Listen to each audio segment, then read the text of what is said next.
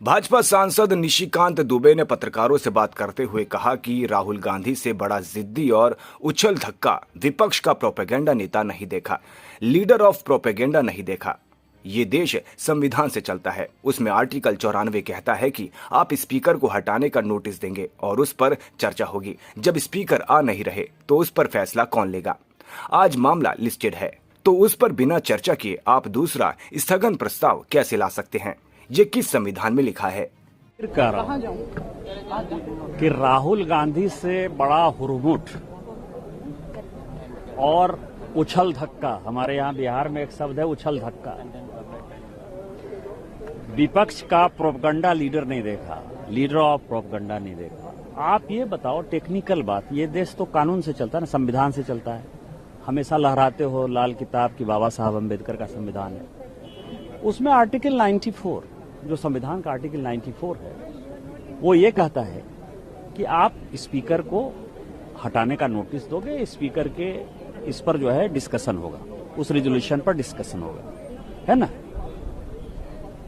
अब जब स्पीकर आ नहीं रहे हैं, स्पीकर उस कुर्सी पर नहीं बैठे हुए हैं, आप अलग रेजोल्यूशन लेके, अलग एडजमेंट मोशन लेके आप ये बताओ कि ये फैसला कौन करेगा?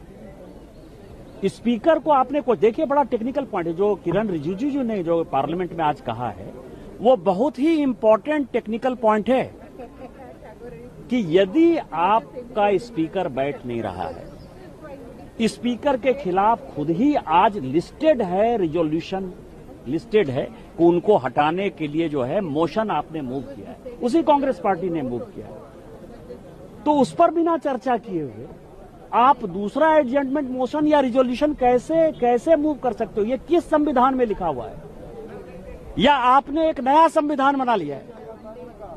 मुझे लगता है कि जिस तरह से इंस्टीट्यूशन को खत्म करने का फैसला इस हुरमुट आदमी ने या उछल धक्का आदमी ने तय कर रखा है, राहुल गांधी ने, चाहे वो राष्ट्रपति के खिलाफ हो, चाहे उपराष्ट्रपति के खिलाफ हो, चाहे वो सीएजी के खिलाफ हो, चाहे दीपक मिश्रा जो चीफ जस्टिस थे उनके खिलाफ हो, सबके खिलाफ, इलेक्शन कमीशन के खिलाफ, सीएजी के खिलाफ, कुछ नहीं है, जनता तो कुछ है नहीं, सब इंस्टीट्यूशन को खत्म कर देना है, स्पीकर के इंस्टीट्यूशन के खिलाफ, पार्लियामेंट के खिलाफ, संसद के खिलाफ, और ऊपर से बेचारे स्पीकर 20 दिन से आ नहीं रहे हैं। आपने देखा कि एक आदमी के जिद के कारण, एक आदमी के एरोगेंट इंटॉलरेंट एरोगेंसी के कारण क्या स्थिति हो गई है? एक इग्नोरेंट आदमी ने, जिसको कोई जानकारी नहीं है न संविधान की न इसकी, 94 के रहते आप उस रेजोल्यूशन पर चर्चा नहीं कर रहे हो। आप किससे मांग रहे हो जजमेंट मोशन?